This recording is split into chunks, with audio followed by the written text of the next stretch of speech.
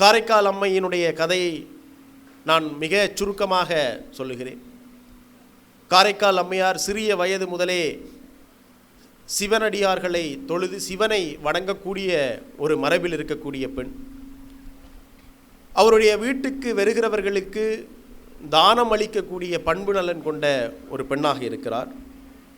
அவருடைய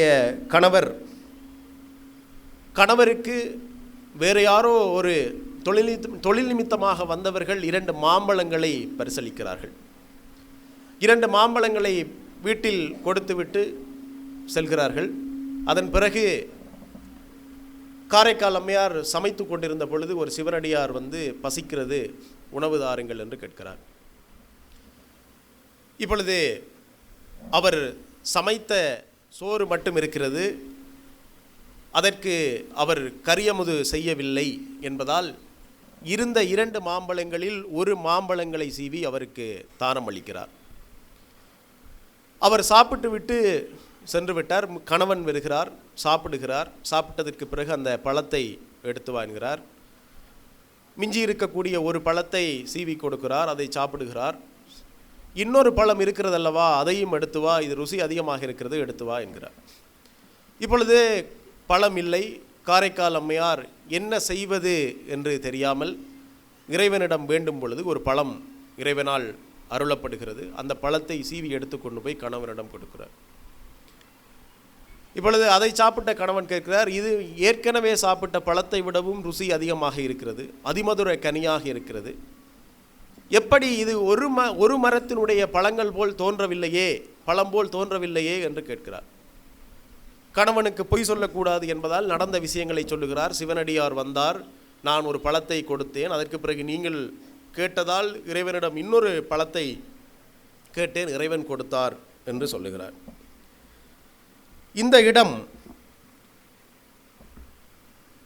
இந்த இடம்தான் காரைக்கால் அம்மையாரை உருவாக்குகிற இடம். கணவன் ஒரு கிண்டலாக அல்லது ஒரு கோபத்தோடே, சரி நீ வந்து உனக்கு கடவுள்தான் இந்த பழத்தை கொடுத்தார் என்றால் இன்னும் ஒரு கனி இறைவனிடம் கேள் என்று சொல்லுகிறார். அம்மை அந்த இடத்திலேயே நின்று இறைவனை வணங்குகிறாள். ஒரு மாங்கனி அவளது கைகளில் கிடைக்கிறது.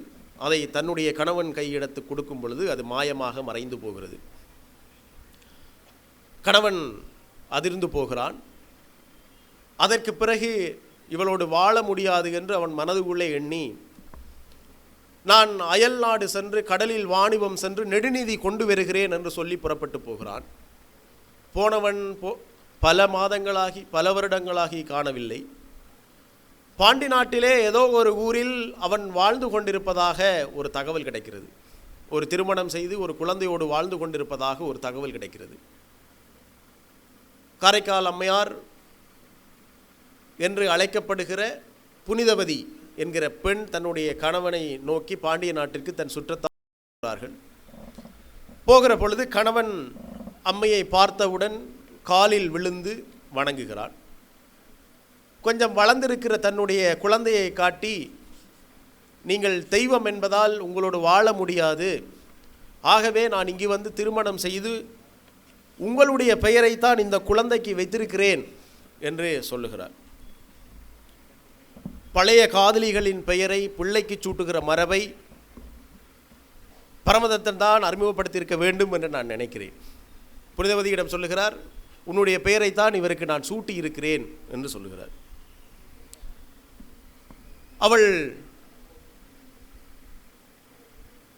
தெய்வம் என்று சொன்னதற்கு பிறகு உன்னோடு வாழ முடியாது என்று பரமதத்தன் சொன்னதை கேள்வியுற்ற அடுத்த கணமே, சிவனிடம் இந்த அழகு எதுவும் எனக்கு வேண்டாம், நான் உன்னிடத்தே பூதகணங்கள் போற்றக்கூடிய பேயாக ஆக வேண்டும் என்று வேண்டி நிற்கிறாள்.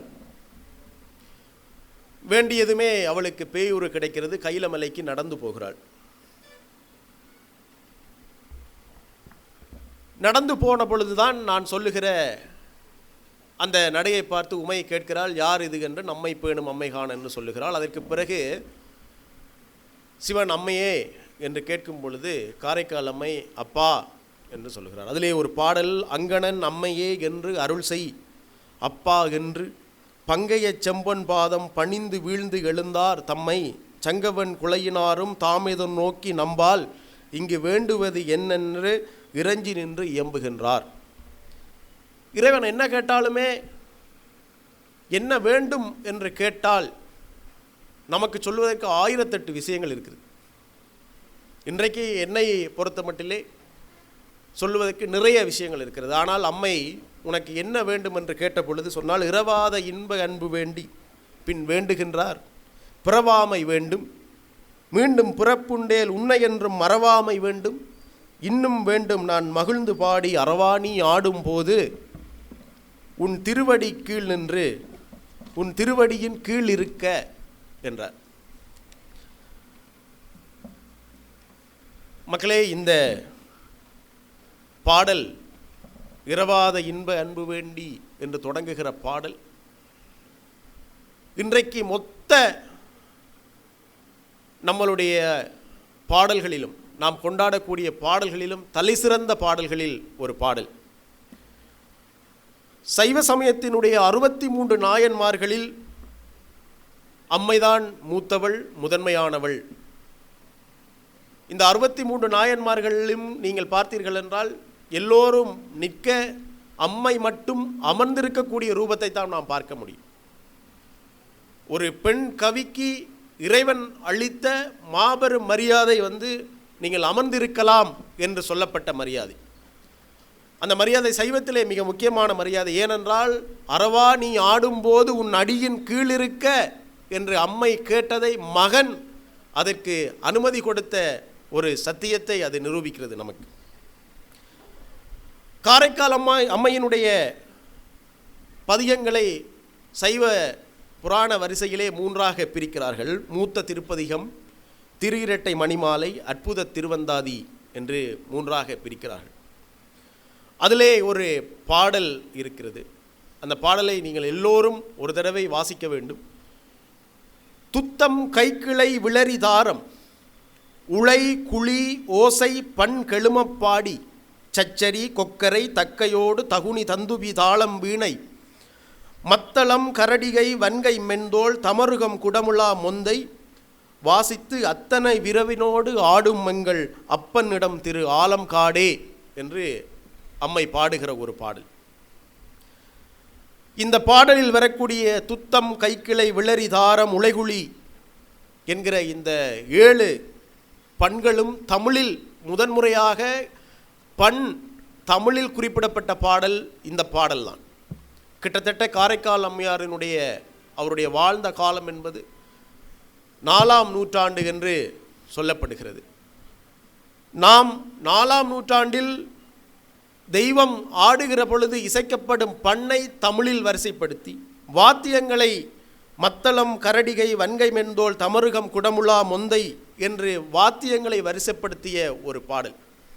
கிட்டத்தட்ட இதுக்கு சமய எல்லைகளை கடந்த ஒரு தமிழ் தன்மையும் இலக்கிய செழுமையும் கொண்ட பாடல் இந்த பாடல், அம்மையினுடைய பாடல்.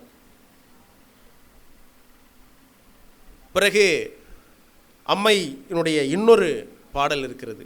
பிறந்து மொழி பயின்று பின்னெல்லாம் காதல் சிறந்து நின் சேவடியே சேர்ந்தேன் என்று சொல்லக்கூடிய பாடல். இந்த பாடலில் அம்மை சொல்லுகிறாள், பிறந்து மொழி சொல்லத் தொடங்கிய காலம் முதலே எக்காலமும் உனது திருவடியினையே சேர்ந்திருந்தேன் என்று அம்மை சொல்லுகிற ஒரு பாடல் இருக்கிறது. நண்பர்களே, இந்த அம்மை என்பவள் சைவ சமயத்திற்கு முதன்மையான அம்மை என்று நான் குறிப்பிட்டேன். நம்மை பேணும் அம்மை என்றால் நம்மை காக்கும் அம்மை அல்லது நம்முடைய தாய் என்று அர்த்தம். யார் நம்மை பேணுகிற தாய் என்ற கேள்வி வருகிறது. நம்மை பேணுகிற தாய் என்பவள் ஒருத்தியா? நம்மை பேணும் தாய் எத்தனை இந்த உலகத்தில் இருக்கிறார்கள் என்ற கேள்வியை நாம் இன்று கேட்டு பார்க்கலாம். நான் இந்த நம்மை பேணும் அம்மை என்ற தலைப்பை சைவ இலக்கியத்திலிருந்து எடுத்தேன். ஆனால் அது வெறுமனவே ஒரு சைவ இலக்கியத்தினுடைய வரி மட்டுமா என்றால் அப்படி கிடையாது. சாவில் தமிழ் படித்து சாக வேண்டும், எந்தன் சாம்பல் தமிழ் மணந்து வேக வேண்டும் என்று ஈழத்தினுடைய கவிஞன் கா. சச்சிதானந்தன் அவர்கள் ஒரு கவிதை எழுதினார். இந்த மொழி சச்சிதானந்தன் சொல்லுகிற சாவில் தமிழ் படித்து சாக வேண்டும், எந்தன் சாம்பல் தமிழ் மணந்து வேக வேண்டும் என்ற மொழி நம்மை காக்கிற தாய்களில் ஒருத்தி. இந்த மொழியை நாம் நம்முடைய மொழி என்று சொல்லுவதை விடவும் தாய்மொழி என்று நாம் சொல்லுகிறோம். உலகத்திலேயே தன்னுடைய மொழியை தாய்மொழி என்று சொல்லுகிற இனம் தமிழினமாகத்தான் இருக்கிறது. ஆகவே தாயினுடைய மொழி என்பதை ஒருவன் தமிழ் படித்து சாக வேண்டும் என்று சொல்லுகிற பண்பாடு என்பது நம்முடைய பண்பாடு. இங்கே சச்சிதானந்தன் சொல்வதைப் போல வள்ளுவர் ஒரு குறளில் ஒரு தாயை நமக்கு இனம் காட்டுகிறார். அந்த குறள் நீங்கள் எல்லோரும் அறிந்திருக்க வாய்ப்புள்ளது என்று நான் கருதுகிறேன். நீரின்று அமையாது உலகனின் யார் யார்க்கும் வானின்று அமையாது ஒழுக்கு என்ற ஒரு குறள். இந்த குறளில் வள்ளுவர் ஒரு தாயை நமக்கு இனம் காட்டுகிறார். எந்த தாயை அவர் நமக்கு இனம் காட்டுகிறார் என்றால், உலகில் மழையே இல்லை என்றால் ஒழுக்கம் கெட்டுவிடும் என்று வள்ளுவர் எச்சரிக்கிறார். ஆகவே நான் இந்த குறளை இப்படி கொஞ்சம் பொருள்படுத்த விரும்புகிறேன். மனிதன் மகத்தானவன் என்றும் மனிதன் குரூரமானவன் என்ற 2 உரைகள் நிறைவு செய்யப்பட்ட இந்த மேடையிலே மனிதன் சில வேளைகளில் மகத்தானவனாகவும் பல நேரங்களில் குரூரமானவனாகவும் இருக்கிறான் என்பதை நம்முடைய காலத்தில் நாம் வாழும் இந்த மண்ணிலேயே பல தடவைகள் நாம் கண்ணுற்றிருக்கிறோம். இந்த நூற்றாண்டு என்பதே மனிதன் மகத்தானவனா என்ற கேள்வியை ஒவ்வொருவரும் கேட்டு தூங்க வேண்டிய ஒரு நூற்றாண்டில் நாம் வாழ்ந்து கொண்டிருக்கிறோம். வள்ளுவர் சொல்லுகிற நீரின்று அமையாது உலகனின் யார் யார்க்கும் வானின்று அமையாது ஒழுக்கு என்ற குறளில் மழை இல்லையேனில் உலகில் ஒழுக்கம் கெட்டுவிடும் என்று எச்சரிக்கிறார்.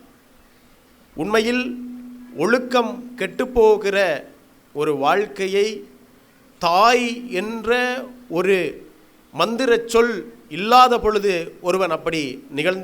ஒருவனுடைய வாழ்க்கையில் அது நிகழக்கூடும். அப்படி என்றால் நமக்கு வள்ளுவரினுடைய பார்வையில் தண்ணீர் ஒரு தாய் என்று வள்ளுவர் நமக்கு சொல்லுகிறார். நண்பர்களே, இங்கே சிவராமன் அவர்கள் சொன்னது போல அம்மாவுக்கு அழுக்கு தோசையையும் அழுக்கு இட்டலியையும் அறிமுகப்படுத்தியவர் நீங்கள் தானா என்று கேட்ட ஒரு 10 வயது சிறுவனை, நிறைய சிறுவர்களை எனக்கு தெரியும். அவர்கள் என்னை பார்த்து கேட்பது, இப்படியான பழைய விஷயங்களை எல்லாம் சொல்லும் பழம் நீங்கள் தானா என்றெல்லாம் கேட்டிருக்கிறார்கள். தாயில் சிறந்த கோவிலும் இல்லை, தந்தை சொல் மிக்க மந்திரம் இல்லை என்ற ஒரு பாடல் இருக்கிறது. இந்த பாடலில் உள்ள சொற்கள் ஒவ்வொன்றும் எம்மை வழிநடத்துகிற தாயாக இருக்கிறது. பாரதியினுடைய ஒரு கவிதை இருக்கிறது. அந்த கவிதையை நான் பல தடவைகள் படித்திருக்கிறேன். என்னுடைய வாழ்க்கையில் நிறைய தடவைகள் வாசித்த கவிதை என்று கூட அதை சொல்ல முடியும். சென்றதினி மீளாது மூடரே, நீர் எப்போதும் சென்றதையே சிந்தை செய்து கொன்றொழிக்கும் கவலை எனும் குழியில் வீழ்ந்து குமையாதீர். சென்றதனை குறித்தல் வேண்டாம். இன்று புதிதாய் பிறந்தோம் என்று நெஞ்சில் எண்ணமதை திண்ணமுறை இசைத்து கொண்டு தின்று விளையாடி இன்புற்றிருந்து வாழ்வீர். அகுதின்றி சென்றதையே மீட்டும் மீட்டும் மேன்மேலும் நினைந்தெழுதல் வேண்டா. அந்தோ மேதையில்லா மானுடரே, மேலும் மேலும் மேன்மேலும் புதிய காற்றமுள் வந்து மேன்மேலும் புதிய உயிர் விளைத்தல் கண்டீர். ஆன்மாவென்றே கரும தொடர்பை எண்ணி அறிவு மயக்கம் கண்டு கெடுகின்றீரே. மான்மானும் விழியுடையால் சக்தி தேவி வசப்பட்டு தனைமறைந்து வாழ்தல் வேண்டும் என்று பாரதி ஒரு கவிதை பாடியிருக்கிறார். சென்றதினி மீளாது மூடரே, நீர் எப்போதும் சென்றதையே சிந்தை செய்து கொன்றளிக்கும் கவலை எனும் குழியில் வீழ்ந்து குமையாதீர். சென்றதனை குறித்தல் வேண்டா. இன்று புதிதாய் பிறந்தோம் என்று நெஞ்சில் எண்ணமதை திண்ணமுறை இசைத்து கொண்டு தின்று விளையாடி இன்புற்றிருந்து வாழ்வீர் என்று பாரதி பாடியிருக்கிறார். இந்த கவிதை பாரதி எதை சொல்லுகிறான் என்றால், சென்றதினி மீளாது மூடரே நீர் எப்போதும் சென்றதையே சிந்தை செய்து கொன்றளிக்கும் கவலை என்னும் குழியில் வீழ்ந்து என்று நம்மளை எச்சரிக்கிறார். பாரதி சொல்லுவது எது? நினைந்தழுதல் வேண்டாம் என்று சொல்லுகிறார். தம்பி பிருட்டோ அவர்கள் புதிதாய் பிறப்போம் என்று சொன்ன வரியை இந்த கவிதையில் இருந்து பாரதி சொல்லுகிறார். ஒவ்வொரு நாளும் நமக்கு ஒரு புதிய நாளாக, ஒரு நம்பிக்கை கொள்ளும் நாளாக இருக்க நாம் நம்புகிற ஏதோ ஒரு சக்தி நமக்கு துணையாக இருக்கும் என்று பாரதி சொல்லுகிறார். இது பாரதி சொல்லும் தாய். பாரதி இன்னொரு தாயை நமக்கு சொல்லுகிறான். ஒருபடி மேலே போய் பாரதியினுடைய இந்த கவிதையில் பாரதி ஒரு தாயாக மாறுகிறார். உயிர்களெல்லாம் தெய்வமன்றி பிறவொன்றும் இல்லை, ஊர்வனவும் பரப்பனவும் நேரே தெய்வம், பயிலும் உயிர் வகை மட்டுமின்றி இங்கு பார்க்கின்ற பொருளெல்லாம் தெய்வம் கண்டீர். வெயிலளிக்கும் ரவி, மதி, விண்மீன், மேகம், மேலும் இங்கு பலப்பலவாம் தோற்றம் கொண்டே இயலுகின்ற ஜடப்பொருள்கள் அனைத்தும் தெய்வம், எழுதுகோல் தெய்வம், இந்த எழுத்தும் தெய்வம் என்று பாரதி பாடுகிறார். இந்த பாரதி இந்த கவிதையின் வழியாக என்னை பேணுகிற அம்மையாக எனக்கு தெரிகிறார். நண்பர்களே, சிவராமன் அவர்கள் சொன்னார், மண்புழுவிலிருந்து மரம், வானில் பறக்கும் பறவை என்று எல்லாமும் சரி செய்கிற ஒரு காலத்தின் வழியாக மட்டும்தான் நாம் நம்மை பாதுகாக்க முடிகிற ஒரு வாழ்வுக்கு வந்துவிட்டோம் என்று சொன்னார். தமிழ் நவீன கவிஞர் சதீஷ்குமார் சீனிவாசன் என்கிற ஒரு கவிஞன் ஒரு கவிதை எழுதினான். கவிதையின் தலைப்பு நிழலை வெட்டுகிறார்கள். 100 வயதான அந்த மரத்தை 3 நாட்களில் பகுதி பகுதியாக வெட்டி முடித்திருந்தார்கள். அதன் பிறகு உருவாகி இருந்தது ஒரு வெட்ட வெளி. அதிலிருந்து நீக்கமர நிறைந்திருந்த வானை காண முடிந்தது. வெயில் திரைகளற்று விழுந்தது. முன்பெல்லாம் நிழலுக்கொதுங்கும் உயிர்களின் இடமது. அந்த இடத்தில் இவ்வுயிர்களின் பொருட்டு மரம் தன் நிழலையாவது வெட்டுப்படாமல் காப்பாற்றி இருந்திருக்க வேண்டும். ஆனால் வழியில்லை, நிழலை வெட்டுகிற காலம் என்று ஒரு கவிதையை சதீஷ்குமார் சீனிவாசன் என்கிற ஒரு கவிஞன் எழுதியிருந்தார். நாம் மரங்களை வெட்டுபவர்கள் என்று நினைக்கிறோம். நாம் மரங்களை வெட்டவில்லை, நம் வருங்கால சந்ததிகளின் நிழலை வெட்டுகிறோம் என்று நம்மளை எச்சரிக்கிற ஒரு கவிதை.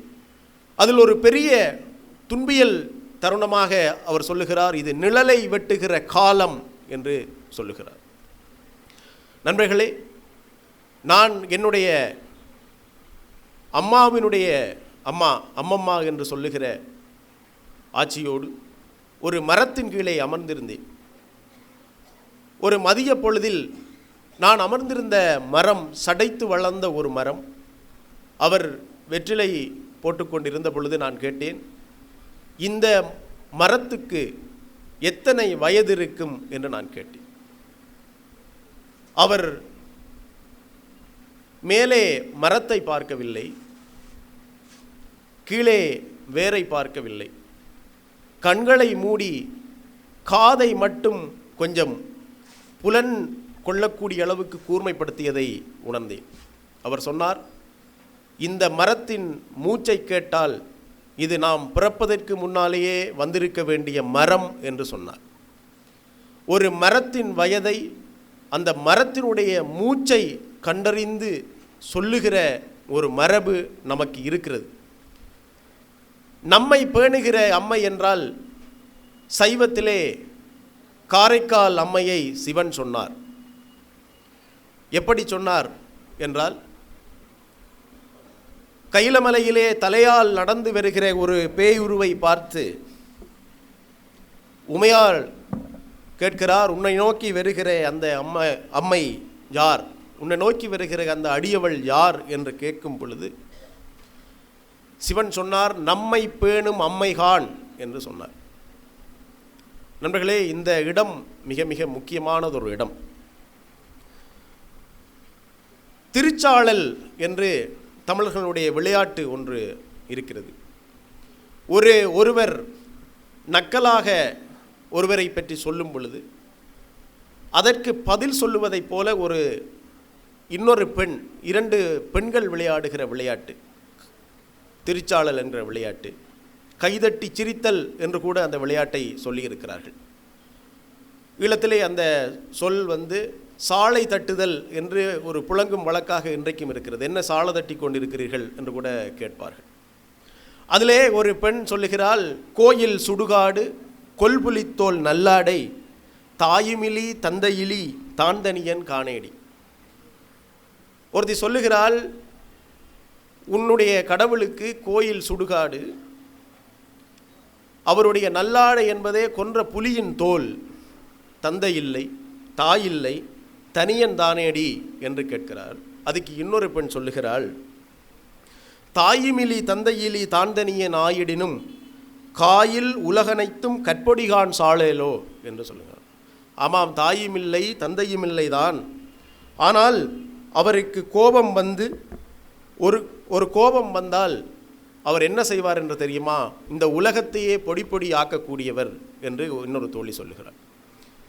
தாயுமிலி தந்தையுமிலி என்று மணிவாசகர் பாடிய சிவன் தலையால் நடந்து வரக்கூடிய ஒரு பெண்ணை நம்மை பேணும் அம்மைகான் என்று சொன்னது யாரை நோக்கி என்றால் காரைக்கால் அம்மையார். நண்பர்களே, நாம் சொல்லக்கூடிய தமிழின் பெருமையில் 2000 ஆண்டு காலம் அல்ல, இன்றைக்கு நாம் தோண்ட தோண்ட நம் காலடிக்கு கீழிருந்து நம்மளுடைய இனத்தினுடைய தொன்மை, நம்முடைய மொழியின் தொன்மை இந்த மண்ணுக்குள் இருந்து வந்து கொண்டே இருக்கிறது.